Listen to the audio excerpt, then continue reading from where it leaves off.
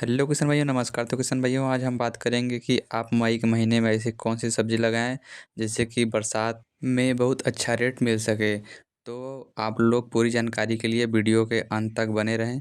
और किसान भाइयों, हमारे इस चैनल पर आप पहली बार वीडियो देख रहे हैं और हमारे इस चैनल को सब्सक्राइब नहीं किए हुए हैं, तो आप हमारे वीडियो को लाइक, चैनल को सब्सक्राइब और बेल आइकन को ऑल पे सेट कर दिए, जिससे कि नोटिफिकेशन आपको सबसे पहले मिल सके। तो किसान भाइयों, आप लोगों को गर्मी में सब्ज़ी लगाने के लिए विशेष प्रकार की सावधानी रखनी होगी। उसके लिए आप लोगों को खेत का कुछ ऐसा चयन करना होगा जिससे कि बरसात का पानी आपके सब्जियों में ना लग पाए। जिससे कि आप अगर मई में खेती करते हैं तो आपका सब्ज़ी निकलना शुरू हो जाता है बरसात के समय, और उसी समय आपको बारिश अधिक होती है, जिससे कि अगर अपने खेत में पानी निकलने की व्यवस्था नहीं है तो आपका सब्ज़ी में पीलापन दिखाई देने लगता है, जिससे कि आपका बहुत कम उत्पादन निकलता है। इसलिए आप लोग अगर मई में खेती कर रहे हैं तो आप अपने खेत में मेड़ बनाकर किसी भी सब्जी की अगर खेती करें तो आप मेड़ बनाकर ही उसमें बुआई करें, जिससे कि बरसात के समय जब भी पानी अधिक हो तो आपका पानी आसानी से बाहर निकल सके। तो किसान भाइयों, बात करते हैं कि आप फर्स्ट नंबर पर कौन सी खेती करें। तो आपको फर्स्ट नंबर पर लौकी की खेती करना है। लौकी की खेती करने के लिए आपको अपने खेत में मेड़ बनाकर उसमें बुआई कर दें।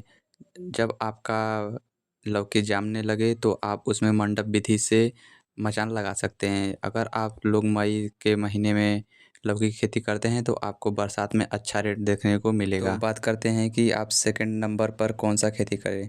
आपको दूसरा नंबर पर खेती करना है करेले की खेती। करेले की खेती भी आपको इसी तरह से, जिस तरह से आप लौकी की खेती करें उसी तरह से आपको करेले की खेती भी करना है। आपको करेले की खेती भी मंडप विधि से ही करना है, जिससे कि आपको बरसात में पानी अधिक बरसता है, जिससे कि आपका ज़मीन हमेशा नमी बनाए रखता है। जिससे कि आप अगर मंडप विधि से खेती नहीं करेंगे तो आपका करेला पूरी तरह से सड़ जाएगा। इसलिए आप लोगों को मंडप विधि से ही खेती करना है बरसात वाले फसलों के लिए। तो बात करें कि तीसरे नंबर पर आप मई में ऐसे कौन सी खेती करें।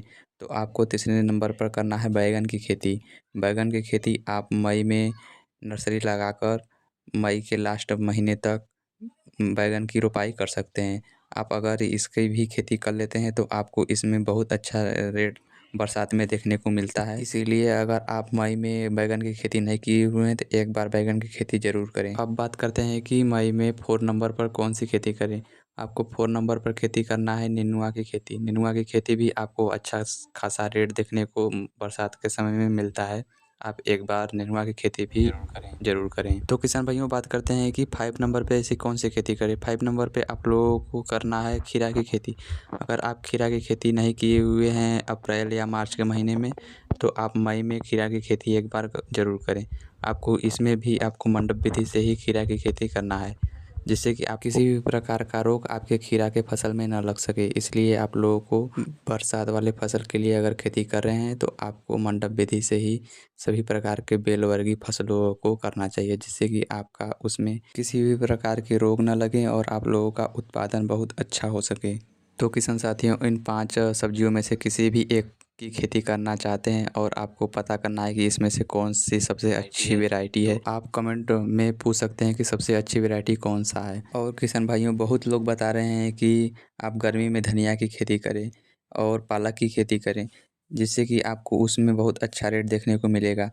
तो किसान भाइयों, आप लोगों को अगर धनिया की पालक की खेती करना है तो आप जून के महीने में करें, क्योंकि अगर आप मई के महीने में करेंगे तो आप इतना अधिक तापमान रहेगा कि आपका एक भी धनिया का जर्मिनेशन नहीं होगा और आपका बहुत अधिक नुकसान हो सकता है। इसलिए आप तापमान को देखते हुए खेती करें। तो किसान भाइयों, आप लोगों को सभी फसल के बारे में जानना है और जो भी खेती किए हुए हैं आपको उसमें किसी भी प्रकार के रोग या उसमें अधिक फ्लावरिंग के लिए किसका दवा का उपयोग करना है, आप लोगों को जानना है तो हमारे वीडियो को लाइक, चैनल को सब्सक्राइब और बेल आइकन को ऑल पे सेट कर दें और दूसरे किसान भाइयों के पास ज़रूर शेयर करें।